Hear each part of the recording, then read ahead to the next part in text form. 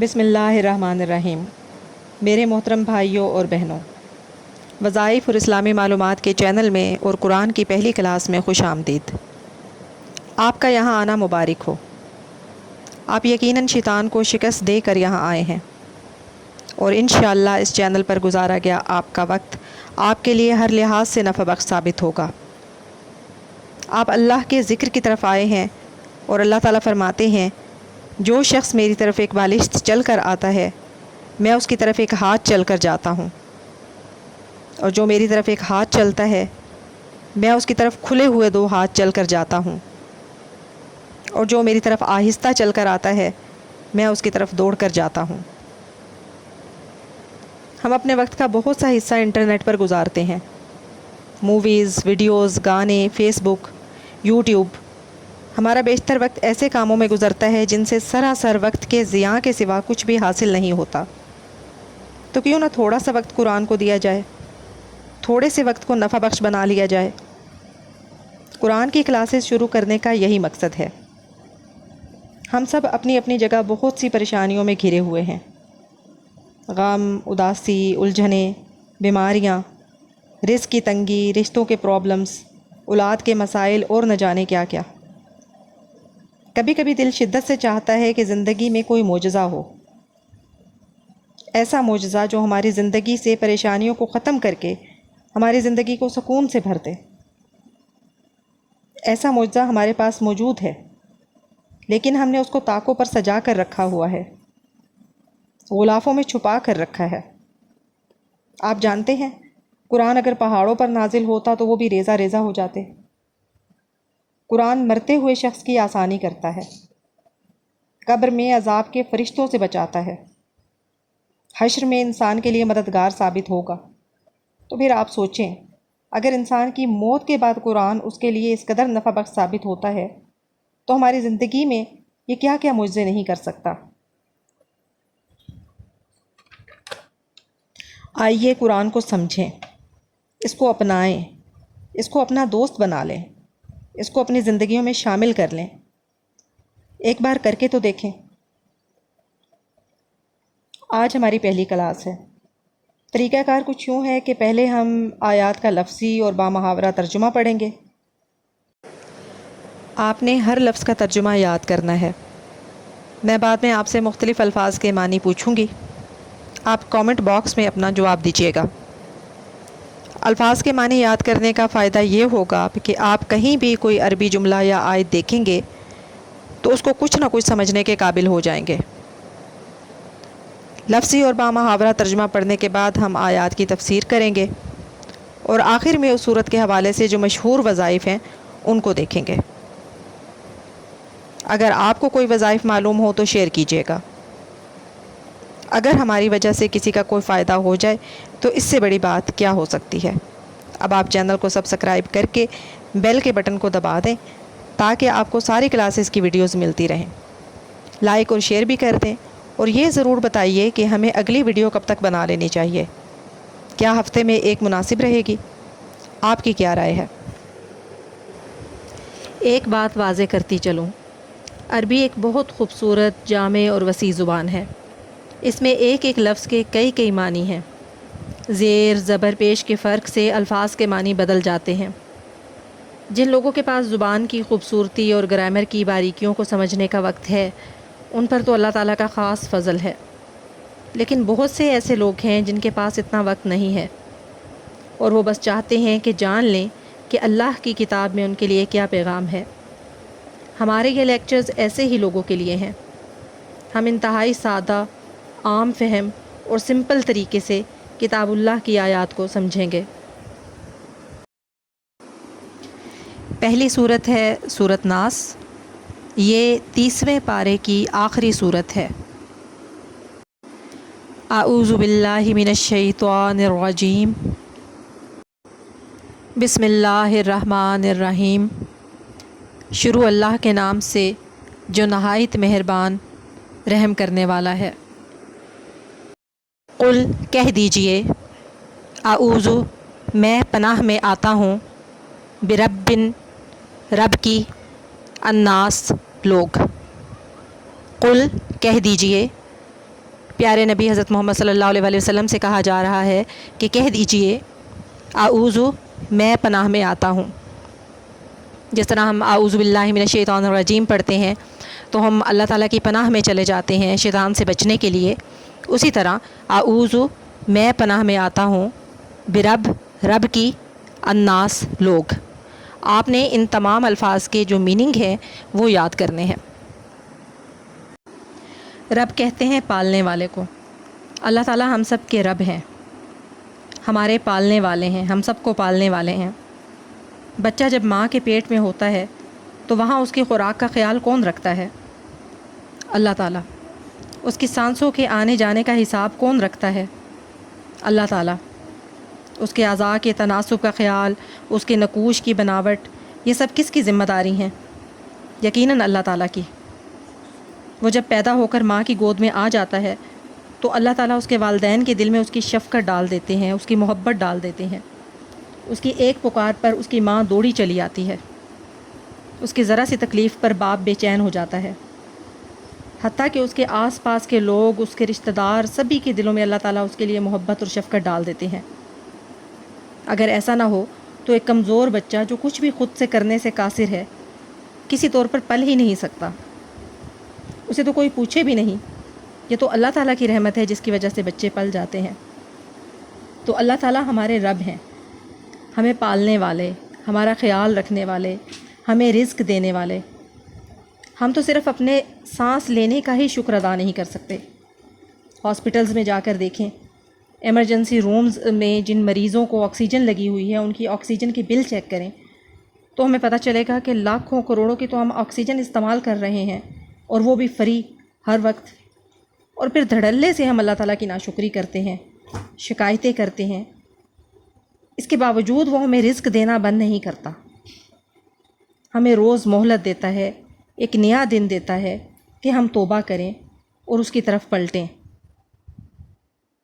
تو پہلی آیت میں اللہ تعالیٰ کی جو صفت بیان کی گئی ہے وہ ہے لوگوں کے رب کی، کہ اللہ تعالیٰ ہم سب کے رب ہیں، اور ہم میں کہا گیا ہے کہ ہم اللہ تعالیٰ کی پناہ میں آئیں، اور اس کے لیے کہا گیا ہے کہ کہہ دیجئے میں پناہ میں آتا ہوں لوگوں کے رب کی۔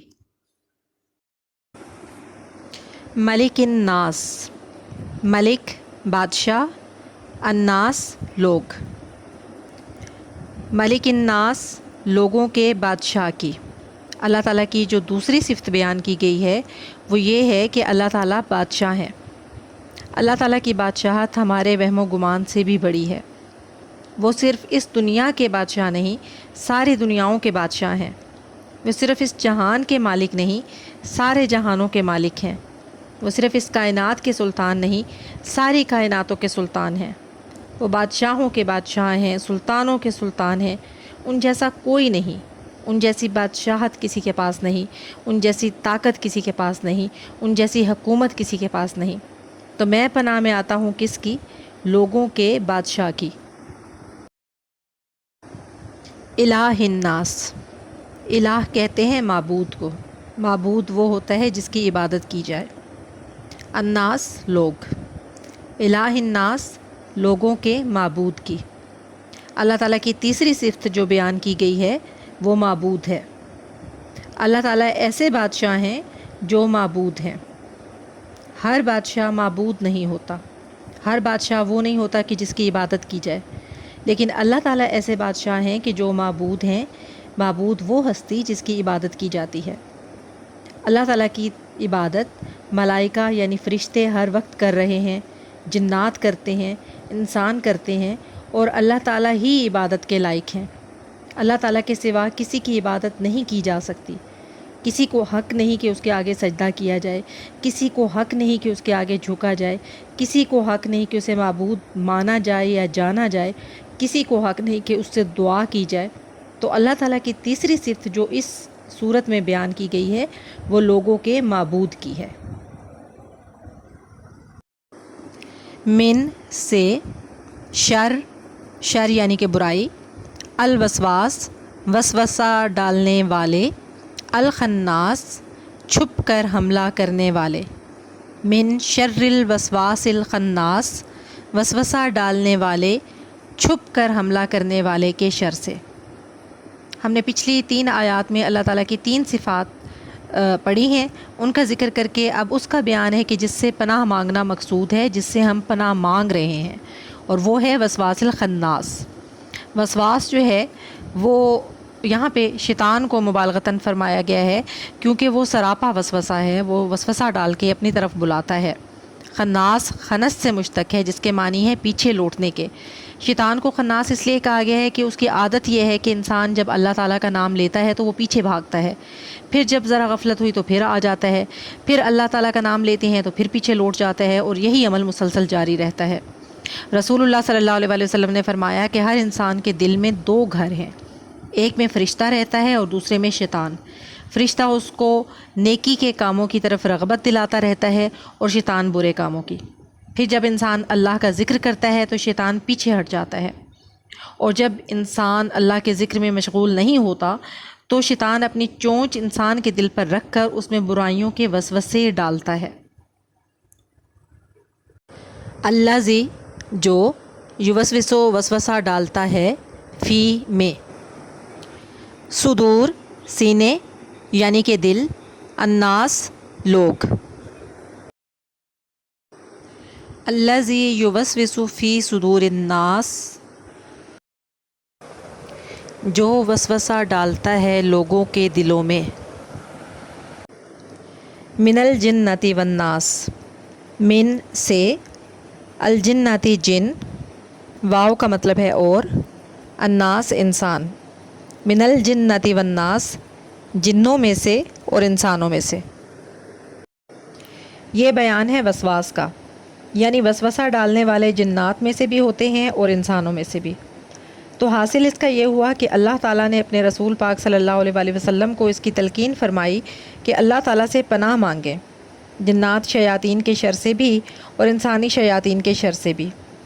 شیطان تو انسان کے دل میں وسوسہ ڈالتا ہی ہے، برے کاموں کی طرف مائل کرتا ہی ہے، لیکن انسان کا اپنا نفس بھی وسوسہ ڈالتا ہے، وہ بھی انسان کو برے کاموں کی طرف مائل کرتا ہے۔ تو حضور پاک صلی اللہ علیہ وسلم نے خود اپنے نفس کے شر سے بھی پناہ مانگنا سکھایا ہے۔ تو اس صورت میں اللہ تعالیٰ نے انسان کو تلقین فرمائی ہے کہ اللہ تعالیٰ کی یہ 3 صفتیں رب، ملک، الہ کا ذکر کر کے اس سے شیطانی وساوس سے پناہ مانگنی چاہیے، کیونکہ ہر انسان کے ساتھ ایک ساتھی شیطان لگا ہوا ہے جسے قرین کہتے ہیں، جو ہر قدم پر اس کوشش میں لگا رہتا ہے کہ انسان کو تباہ و برباد کر دے۔ اول تو وہ اس کو گناہوں کی طرف رغبت دلاتا ہے اور طرح طرح سے بہلا کر گناہوں کی طرف لے کر جاتا ہے۔ اگر کامیاب نہیں ہوتا تو پھر انسان جو عبادات کرتا ہے ان کو خراب اور ضائع کرنے کے لیے اس کے دل میں طرح طرح کے وسوسے ڈالتا ہے، کبھی غرور اور تکبر کے خیال ڈال دیتا ہے، کبھی ریاکاری اور نمود و نمائش کے وسوسے ڈال دیتا ہے، اور علم والوں کو وہ عقائد کے متعلق شبہات پیدا کر دیتا ہے۔ تو اس کے شر سے وہی بچ سکتا ہے جس کو اللہ تعالیٰ بچائے۔ حضور پاک صلی اللہ علیہ وسلم نے فرمایا کہ تم میں کوئی آدمی ایسا نہیں جس پر اس کا قرین یعنی ساتھی شیطان مسلط نہ ہو۔ صحابہ نے عرض کیا، یا رسول اللہ صلی اللہ علیہ وسلم، کیا آپ کے ساتھ بھی یہ قرین ہے؟ فرمایا ہاں، مگر اللہ تعالیٰ نے اس کے مقابلے میں میری اعانت فرمائی اور اس کو ایسا کر دیا کہ وہ بھی مجھے بجز خیر کی کسی بات کو نہیں کہتا۔ صحیحین میں حضرت انس رضی اللہ تعالیٰ عنہ کی حدیث ہے کہ ایک مرتبہ رسول اللہ صلی اللہ علیہ وسلم مسجد میں معتکف تھے۔ ایک رات ام المومنین حضرت صفیہ رضی اللہ تعالیٰ عنہا آپ کی زیارت کے لیے مسجد میں گئیں۔ واپسی کے وقت رسول اللہ صلی اللہ علیہ وسلم ان کے ساتھ ہوئے۔ گلی میں 2 انصاری صحابی سامنے آ گئے تو آپ صلی اللہ علیہ وسلم نے آواز دے کر فرمایا، ٹھہرو، میرے ساتھ صفیہ بنت حی ہیں۔ ان دونوں نے بکمال ادب عرض کیا، سبحان اللہ یا رسول اللہ، یعنی کیا آپ نے ہمارے بارے میں یہ خیال کیا کہ ہم کوئی بدگمانی کریں گے؟ رسول اللہ صلی اللہ علیہ وسلم نے فرمایا کہ بے شک، کیونکہ شیطان انسان کے خون کے ساتھ اس کی رگ و پے میں اثر انداز ہوتا ہے، مجھے یہ خطرہ ہوا کہ کہیں کہ شیطان تمہارے دلوں میں کوئی وسوسہ بدگمانی کا پیدا نہ کر دے، اس لیے میں نے بتلا دیا کہ کوئی غیر عورت میرے ساتھ نہیں۔ اس سے ایک بات پتہ چلتی ہے کہ جیسے خود برے کاموں سے بچنا انسان کے لیے ضروری ہے، اسی طرح مسلمانوں کو اپنے بارے میں بدگمانی کا موقع دینا بھی درست نہیں۔ ایسے مواقع سے بچنا چاہیے جس سے لوگوں کے دلوں میں بدگمانی پیدا ہو، اور کوئی ایسا موقع آ جائے تو بات واضح کر کے تہمت کے مواقع کو ختم کر دینا چاہیے۔ خلاصہ یہ ہے کہ اس حدیث نے شیطانی وسوسے کا بڑا خطرناک ہونا ثابت کیا ہے، جس سے بچنا آسان نہیں بجز خدا کی پناہ کے۔